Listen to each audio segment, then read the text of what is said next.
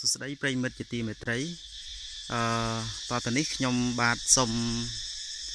อันเชยเอาโลลุสไรหนึ่งปลายมิดหนึ่งตัวสนาประสาทโบราณมุ้ยได้เมียนชมุทาประสาทสมโบปลายกบได้เมียนตีตังสถัดในขนมแคดกลุ่มปวงทมจีตำบงนี้คือยมสมอันเชยเอาโลลุสไรหนึ่งปลายมิดหนึ่งตัวสนาประสาทมุ้ยได้เมียนชมุทาประสาทเยป่วนประสาทญี่ปุ่นคือจีปฏิบัติประสาทมวยได้ในขนมจำนำประสาทจีจานขนมประสาทสมบูรณ์ปริกบไข่กำปงทมญี่ปุ่นมีนประสาทตัวจังจำนวนปรำเปิลให้ได้มีนคลองทวีนี่คือจือคลองทวีทมปันใต้ตระบายบะได้ซาแต่มีนดำเชื้อหรือเชื้อดอกจะประสาทนี้คือมีนระบองทมปวดจมวิ่งบานนี่คือจีระบองทมปันใต้บานใบบะออกแต่ให้โดยเอาลงใส่บานเคยให้คือระบองทมนี้บานใบบะออกบานระบองทมนี้คือบานตระบานกี่สร้างซองล้างดำใบกาเปียประสาทญี่ปุ่นได้มีนจำนวนปรำเปิลน้องปาริเวนประสาทนี้คือมีนดำเชื้อดอกจีจานให้มีนโตมีนทมปันใต้ดำเชื้อนี่คือมีนอดมีนสลักจานเตได้ซาแต่นี่จีระดาวปรังสลักจรัวหอยนี่เชียมุกทวีโจลต่อการประสาทญี่ปุ่นว่าคือจะมุกทวีโจลให้ระบองนี่คือใบบะเอาให้ยังไอได้โจลบานจอมพิมุกคือยังหนึ่งเคยประสาททมมวยหนึ่งประสาทโตมวยประสาททมนกขังกร้อยบานนึกคือเชียเมประสาทได้น้อยจอมกันดาลสดัมคือมีประสาทตีมวยว่าประสาทตีมวยนกในขังสดัมจังสมเจยเตาประสาทตีมวยต่างออกนี่ว่าประสาทตีมวยนี่คือมีเล็กขนาดตรุดโตรมครั้งให้ยังเคยมีนใส่ปูvà ยังมีนเคยใส่มีนใส่ปูได้ละปวดประสาทนี่ว่าดำใบกาเปียกับมาเบียบะระลมนอกในขังกรองประสาทนี่คือกิมีนดักได้ดำใบทั่วจีเชิงตุ่มโรดำใบกับอ้อยประสาทนี่สดบะจริงๆประสาทแต่งมูลคือมีนแหลกขณะปกพอยให้อัดแต่งคือบานแปรใบใจปิกนี้โดยซาแต่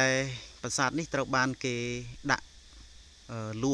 ใส่ปัวปอดจุ่มวิญโดยชนะวิอาการเปียบานโมริเยะเทียบทาประสาทญี่ปุ่นนี่คือก่อสร้างล่างในขนมตัวขนมศาสตร์วัตตีผมบ้วนคือกรอยประสาทเต้ามาประสาทเต้าคือในขนมศาสตร์วัตตีผมมวยเทียบประสาทตีปีในขนมจำนองประสาทเตียงผมเปิลตัวบ่อประสาทญี่ปุ่นประสาทตีปีนี้คือมีเลขขณะปกพอยได้คือตรุดโตรมvà ตรุดโตรมจราหายตัวประสาทถึงมูลคือมันมีนกระโบกบาดจราจนาอินโซลเตคือบานใบบะนี่คือประสาทตีใบบะประสาทตีใบยังเคยมีนคลองทวีปีมกโจลคลองทวีคือเราสองข้างคลองทวีนี่คือมีนปะหองได้อัดถึงคือบานใบใจบิคเนียตีใบนี่ก็มีนลูมีนสายปัวปอดจมวิ่งได้ดำใบกาเปียกับอ้อยใบบะทะเล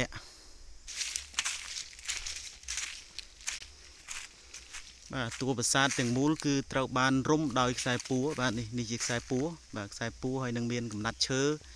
คลาว่านี่คือจีคลองทวีปในขังกรอยบ่คลองทวีปในขังกรอยคือ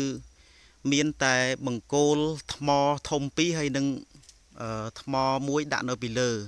สองครั้งคือมีนอัดได้มีนลักษณะตุโตรมจ้ะครั้งนะคลองทวีนี่มันเศร้ามีนเนี่ยทั่วดำนาฉลองการเตะบีปลุกเวียไปชมมุกนังฮานิเพย์ไอบะทะเลสังกอนในให้บัญชียังเคยมีนจันดาเชอโตยมวยสำหรับดาวเจนโจลมาจันดาเชอนี่คือเกดะดำใบเอาพิวเตสจอดาวเจนโจลจุ่มนูคลองทวีได้มีลักษณะจ้ะตุโตรมนี่คือเชียร์จินเจียงบ่าจินเจียงทมอได้เราซอลคลามันตอนบะใบถึงออกเต้ในขังกรอยบ่าจินเจียงทมอนี่ยังมือตัวเมียนแหลกขณะเราเชียร์แหลกขณะเรื่องมอมละออนเลยให้เมียนกำปั้วปะให้เชียร์จิตโจลปะให้เชียร์ใบไม้บ่าปะให้เชียร์ใบไม้บ่าจินเจียงทมอนี่เราในขังกรอยคือเรากปั้วเชียงขังมุกบ่าขังมุกคือใบบะเอาให้แต่ขังกรอยนี่เรากปั้วเชียงขังมุกvà nấu cua chiên hay cái này khác nấu là sạch បន្តដំណើរទៅប្រាសាទទី4បាទប្រាសាទទី4អានេះគឺជាផ្លូវចូលទៅប្រាសាទទី4បាទមានកម្មចន្ទើចំនួន5-6 កម្មក៏ប៉ុន្តែកម្មចន្ទើនេះបានបែកបាក់ខ្លះប៉ុន្តែអាចឡើងបានមើលផ្នែកខាងក្រៅនៃប្រាសាទនេះគឺមានលក្ខណៈទ្រុឌទ្រោមដែរហើយមាននៅចំកណ្ដាលនេះផ្នែកខាងលើចិត្តទៅកំពូលប្រាសាទហ្នឹងគឺឃើញមានស្នាមប្រេះយ៉ាងធំមួយបាទជុំវិញប្រាសាទគឺត្រូវបានគេដាក់ព័ទ្ធដោយខ្សែពួរដើម្បីការពារកុំឲ្យបាក់មកមើលផ្នែកខាងក្នុងនៃប្រាសាទវិញម្ដងយើងឃើញថាផ្នែកខាងក្នុងនៃប្រាសាទគឺមានតម្រៀបដោយឥដ្ឋយ៉ាងច្រើនមែនទែនបាទហើយមានស្នាមបាទនេះស្នាមប្រេះបាទស្នាមប្រេះនេះជួនកាលមើលឃើញពលឺថ្ងៃនៅខាងក្រៅដែរស្នាមប្រេះបាទស្នាមប្រេះច្រើនហើយប្រេះតាំងពីលើរហូតដល់កំពូលវាតែម្ដងបាទក្នុងមកយើងមើលទៅមិនគួរឲ្យហ៊ានចូលទេគឺមានលក្ខណៈប្រេះច្រើនបាទប្រេះច្រើនកន្លែងតែម្ដងតាំងពីក្រោមរហូតដល់កំពូលប៉ុន្តែប្រាសាទបុរាណនេះគឺមានអាយុកាលយូរណាស់មកហើយបាទហើយវាធានាបាននូវគុណភាពមានលក្ខណៈជាប់រឹងមាំទោះបីមកដល់ពេលនេះក៏នៅតែមានសភាពស្រស់ស្អាតបាទហើយផ្នែកខាងក្នុងនេះគឺត្រជាក់បាទត្រជាក់ណាស់គឺមានលក្ខណៈត្រជាក់ប្រៀបដូចជាយើងចូលនៅក្នុងម៉ាស៊ីនត្រជាក់អញ្ចឹងគឺមានខុសពីខាងក្រៅគឺមានអាកាសធាតុក្តៅខ្លាំងហើយចូលមកដល់ក្នុងប្រាសាទនេះគឺមានអារម្មណ៍ថាត្រជាក់បាទត្រជាក់គួរឲ្យចង់នៅយើងមកមើលផ្នែកខាងផ្ទៃបាតនៃប្រាសាទនេះគឺមានដំបូកមានដំបូកពូនកណ្ដៀពូនជាដំបូកជើងធូបហើយនឹងទៀនដែលអ្នកប្រជាពលរដ្ឋឬក៏អ្នកទេសចរគាត់មានជំនឿក្នុងការបែបបន់ស្រន់ដើម្បីសុំឲ្យមានសេចក្តីសុខអញ្ចឹងមានធូបមានទៀនដែលនៅរាយប៉ាយពេញនេះបាទជាខ្លងទ្វារផ្នែកខាងឆ្វេងបាទខ្លងទ្វារផ្នែកខាងឆ្វេងនេះបានបែកបាក់អស់ទៅហើយនៅសល់តែកម្មចន្ទើហើយនឹងថ្មមួយផ្ទាំងធំដែលបានសង្កត់ពីលើនេះគឺបានខូចខាតទាំងស្រុងហើយក៏អត់មានភ្ញៀវទេសចរណាដើរកាត់តាមនេះបានដែរបាទនេះគឺជារបងបាទរបងដែលនៅសេសសល់ខ្លះបាទរបងផ្នែកខាងឆ្វេងរបង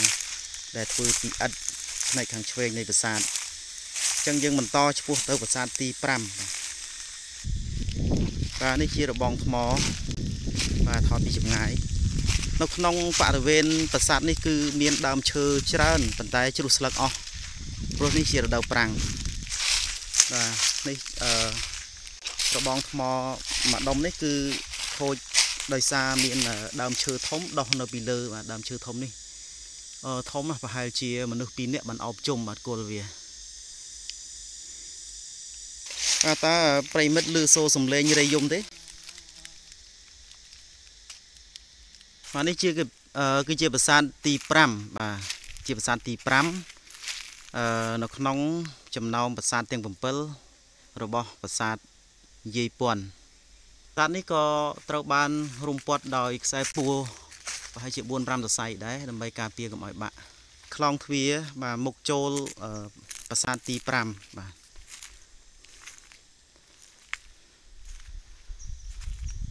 ចូលមកមើលផ្នែកខាងក្នុងវិញតើមានអីខ្លះបាទខាងក្នុងរៀងងឹតបន្តិច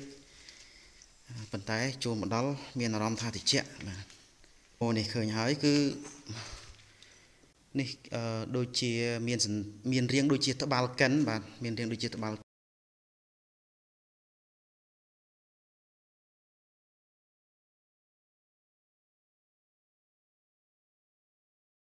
ាទក្នុងប្រាសាទទី5នៅក្នុងប្រាសាទទី5នៃប្រាសាទយាយពាន់បាទនេះយើងឃើញចូលផ្នែកខាងក្នុងគឺមានដូចជានៅចំកណ្ដាលបាទចំកណ្ដាលខាងផ្នែកខាងក្នុងនៃប្រាសាទទី5គឺយើងឃើញមានរូបដែលគេឆ្លាក់ពីថ្មមួយដូចជាត្បាល់កិនបាទនេះផ្នែកកណ្ដាលនៃថ្មនេះគឺធ្វើដូចជាធ្មេញបាទធ្មេញត្បាល់កិនអញ្ចឹងបាទធ្វើហាក់ដូចជារូបរាងដូចធ្មេញ ក្នុងខាងផ្នែកខាងមុខបាទធ្វើជាលក្ខណៈវែងមកប្រហែលជាជាងកន្លះម៉ែត្រមានចង្អូមួយបាទចង្អូមួយហាក់ដូចប្រៀបដូចជាកន្លែងដែលបង្ហូរម្សៅពេលដែលកិនរួច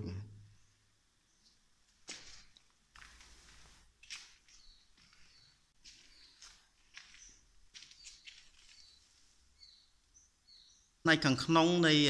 ប្រាសាទទី5នេះគឺមានឈើដាក់ជ្រោមជ្រែងបាទដើម្បីការពារកុំឲ្យប្រាសាទនេះបាទបាក់បាទអញ្ចឹងមានឈើជាច្រើនបាទនេះឈើនេះគឺដាក់ដោយអ្នកជំនាញខាងផ្នែកស្ថាបត្យកម្មប្រាសាទបុរាណដាក់ដើម្បីការពារកុំឲ្យបាក់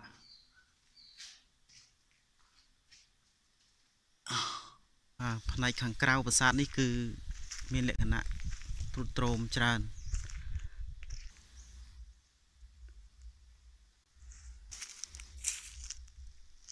នេះជាប្រាសាទទី6នៅក្នុងចំណោមប្រាសាទទាំង7នៃប្រាសាទយាយព័ន្ធប្រាសាទនេះគឺខូចខាតអស់បាទស្ទើរតែ 60% ហើយគេបានដាក់ដែកដាក់សំណាញ់ដើម្បីការពារប្រាសាទនេះកុំឲ្យបាក់ហើយនឹងដាក់ដំបូលដើម្បីការពារភ្លៀងហើយខាងក្នុងគឺជើងទម្រប្រាសាទនេះគឺមានក្បាច់នៅស្អាតនេះគឺជាក្បាច់បាទជើងខាងក្នុងនៅស្អាតនេះគឺជាផ្លាកសញ្ញាដែលគេណែនាំពីប្រាសាទណែនាំភ្ញៀវទេសចរឲ្យដឹងឲ្យស្គាល់ពីប្រាសាទនេះ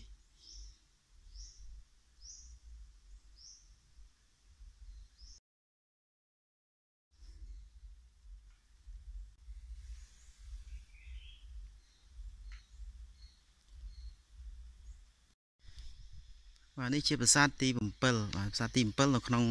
ចំណោមប្រាសាទបរិវេណប្រាសាទយាយព័ន្ធបាទប្រាសាទនេះគឺនៅចំកណ្ដាលគេហើយធំជាងគេបាទប្រាសាទនេះមិនមានការពារទេហើយនៅល្អច្រើននៅស្អាតច្រើនអញ្ចឹងយើងចូលទៅមើលផ្នែកខាងក្នុងប្រាសាទនេះតើមានអីខ្លះបាទអញ្ចឹងយើងចូលមកខាងក្នុងគឺមានបាទមានថ្មគេឆ្លាក់មួយហើយនឹងមានគ្រឿងសក្ការៈបូជាដើមពោធិ៍មាសទៀនយ៉ាងច្រើនបាទឆ្លាក់ទាំងនេះគឺគេប្រៀបដូចជាត្បាល់កិនប៉ុន្តែបើតាមអ្នកជំនាញខាងប្រាសាទបុរាណគេថាជាថ្មទឹកអម្រឹតពេលដែលគេចាក់ទឹកឬក៏គេកិនលើនេះទៅទឹកវាហូរចេញមកខាងមុខនេះគេយកទៅប្រជារាស្ត្រសម័យនោះគឺគេយកទឹកនេះទៅប្រើឬក៏ទៅមុជគេសុំសេចក្តីសុខបាទ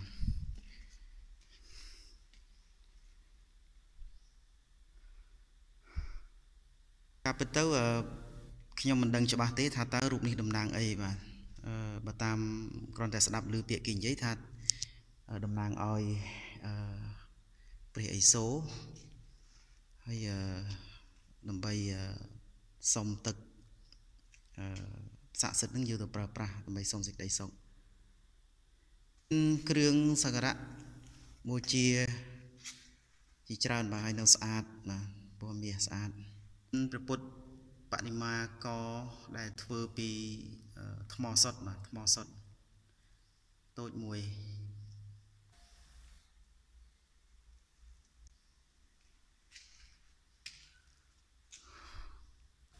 ផ្ទៃខាងក្នុងនៃប្រាសាទនេះគឺនៅស្អាតបាទនៅស្អាតច្រើន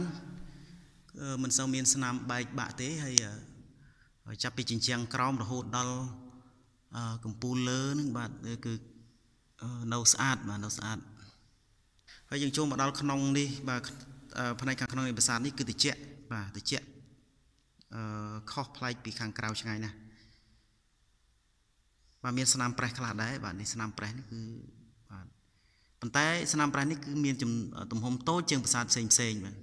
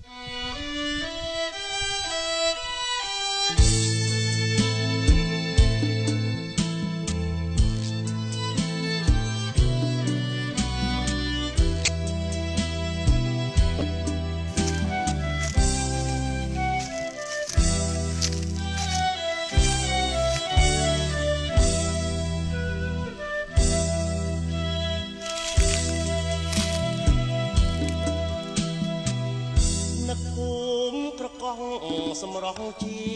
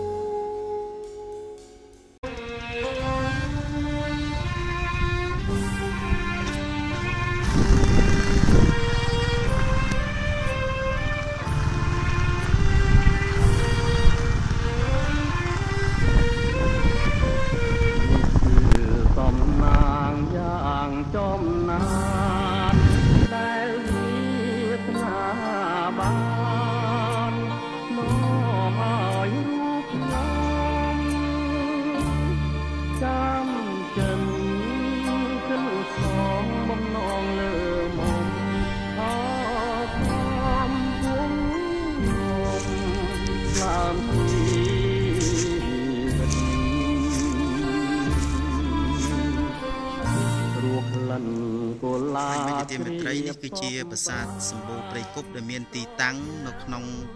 ខេត្តកំពង់ធំចម្ងាយប្រហែលជាជិត50គីឡូចេញពីខេត្តកំពង់ធំប្រាសាទនឹងបានចាប់ដើមជួសជុលអស់រយៈពេលប្រហែលជាជិត10ឆ្នាំមកហើយស្ថានភាពប្រាសាទខ្លះគឺមានលក្ខណៈខូចខាតច្រើន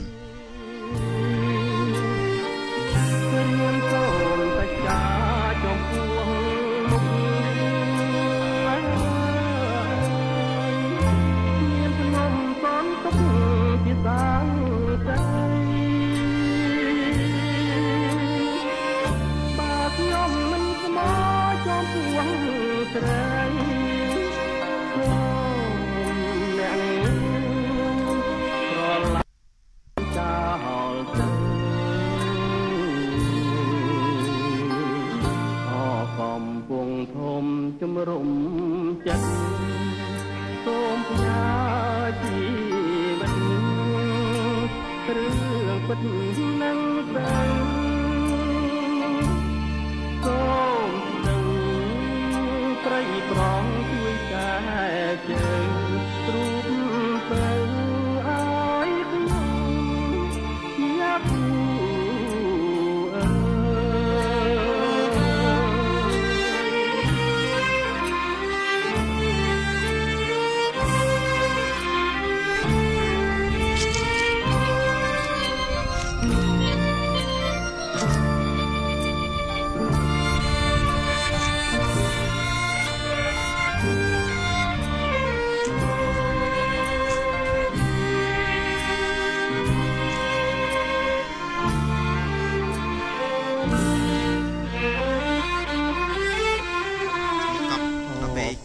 យើងធ្វើកំណាយចឹងមកវាចេញ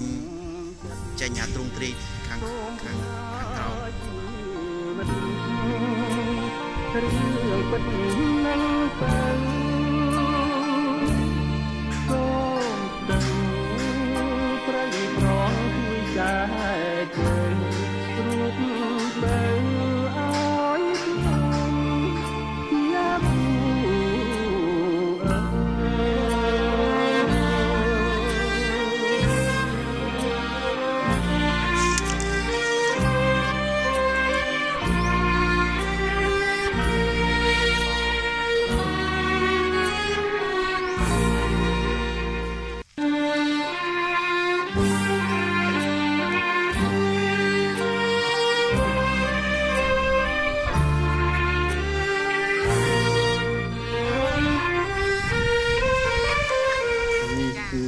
សំណាងយ៉ាងចំណាចឹងដាក់ឥតនឹងដាក់ទៅដាក់ចូលគ្នាទៅវាជាប់គ្នាមកខ្ញុំឃើញឥតខ្លះវារៀងខ្មៅខាងក្នុងអានឹងបីវិញខ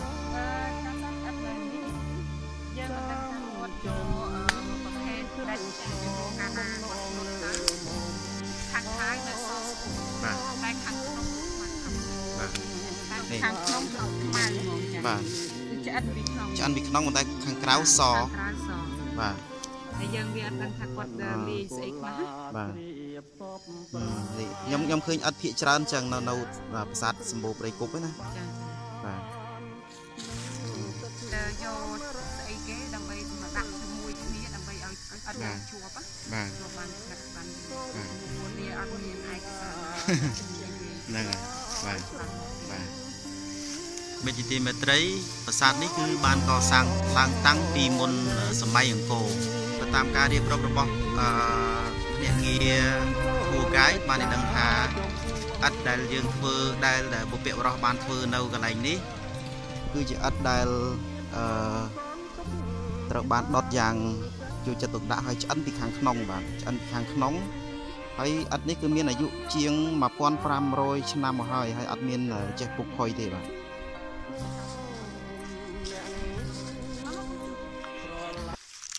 ប្រាសាទព្រៃគុកគឺមានអាយុកាលតាំងពីសតវត្សទី6បើគិតទៅគឺកើតកសាងមុនប្រាសាទអង្គរវត្តប្រិញ្ញមេជាទីមេត្រីរូបភាពដែលកំពុងតែឃើញនេះគឺក្នុងគឺជារូបភាពនៅក្នុងខែ5គឺក្នុងខែ3ថ្ងៃទី 16ក្នុងខែនេះគឺជារដូវប្រាំងហើយស្លឹកឈើជ្រុះអស់ដើមឈើគឺមិនសូវស្អាតទេគឺមានលក្ខណៈដូចជាក្រៀមក្រោះបន្តិចបាទនេះគឺជាផ្លូវមួយឆ្ពោះទៅកាន់ប្រាសាទតោមានលក្ខណៈស្អាតជាងប្រាសាទផ្សេងបន្តិច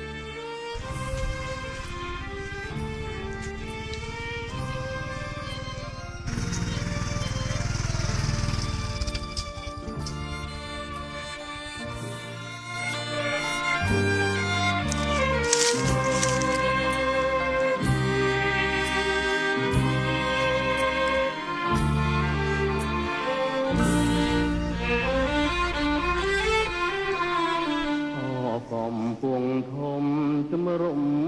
ចិត្តសូមផ្ញើជីវិតរឿងពិតនឹងទៅសូមដឹងប្រៃប្រងជួយចែកជើងរូបទៅឲ្យខ្ញុំ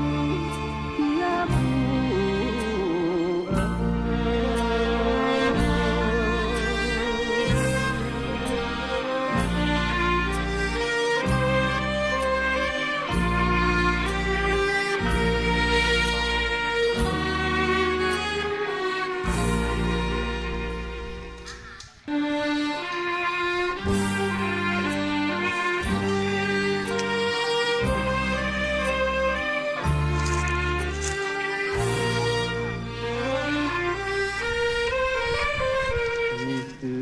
តំណាងយ៉ាងចំណានដែលវា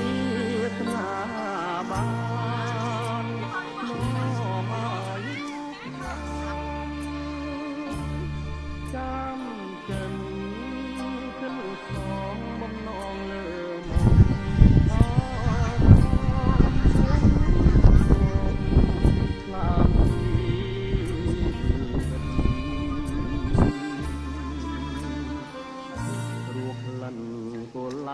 ជ្រាបសពប្រានត្រយ៉ាងព្រៀបបាននឹងទឹកអមរៈកែវសូមនួនអាណិតស្រោយស្រង់ជីវិតដោយប្រណី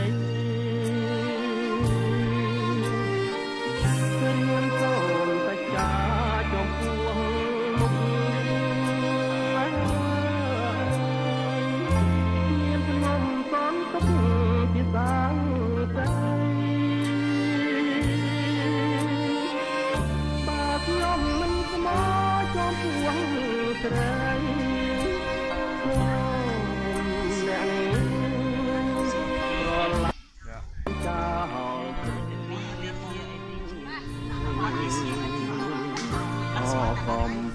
ធំជំរុំចិត្តសូមផ្ញើ